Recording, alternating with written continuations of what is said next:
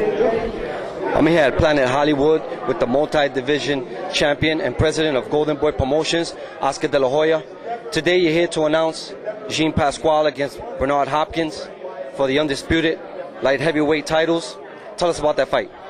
Well, the fight's going to be, again, a historical event. The fact that Bernard Hopkins, the living legend, is facing another young lion in Jean Pascal.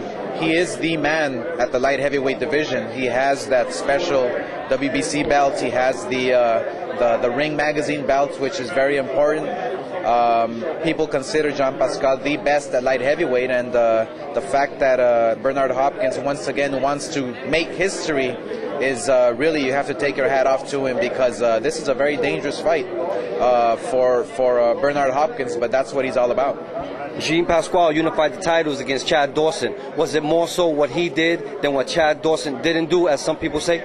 Well, it's a combination. It's a people can argue that that Dawson really didn't move side to side, throw combinations, but you have to also give credit to Jean Pascal, is that maybe he didn't allow him to throw those combinations. Maybe he was weary of his power that he possesses, Jean Pascal. So you can argue that only the two fighters know inside that ring.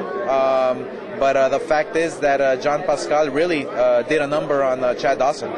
When people doubt Bernard, as in the Hopkins fight and the Pavlik fight, as in the Trinidad fight and the Pavlik fight, how does he do it? How does he prove them wrong? Well, even the Tarver fight, facing a bigger guy, a stronger guy, moving up a couple divisions up. I believe it's his dedication, his discipline, his desire, the fact that he loves boxing, that he really is a true historian of the sport.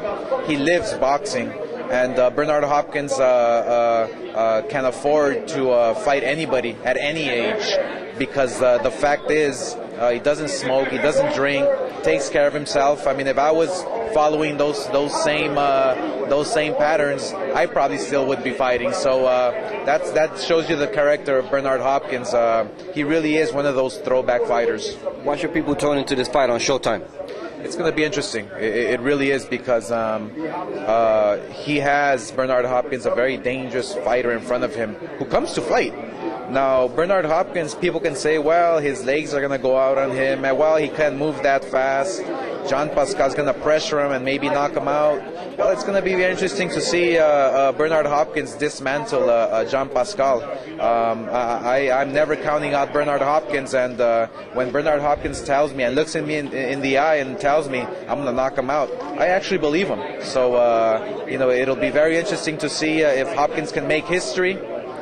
He'll beat George Foreman by a couple of weeks to be the oldest champion in the history of the sport. So I think it'll be very interesting to see, to be part of history on December 18th. 2012, Oscar De La Hoya, Brooklyn, New York, boxing. Tell us about that event. Well, we're truly excited to bring boxing back to Brooklyn on a regular basis in a big-time arena here in Brooklyn. We want to thank the New York Commission. We want to thank everybody involved in making this deal, and we're going to bring big-time boxing back. Obviously, we're scouting and looking for the young up-and-coming fighters from New York and the surrounding areas. We already have our team lining up the fighters and making sure we have the best.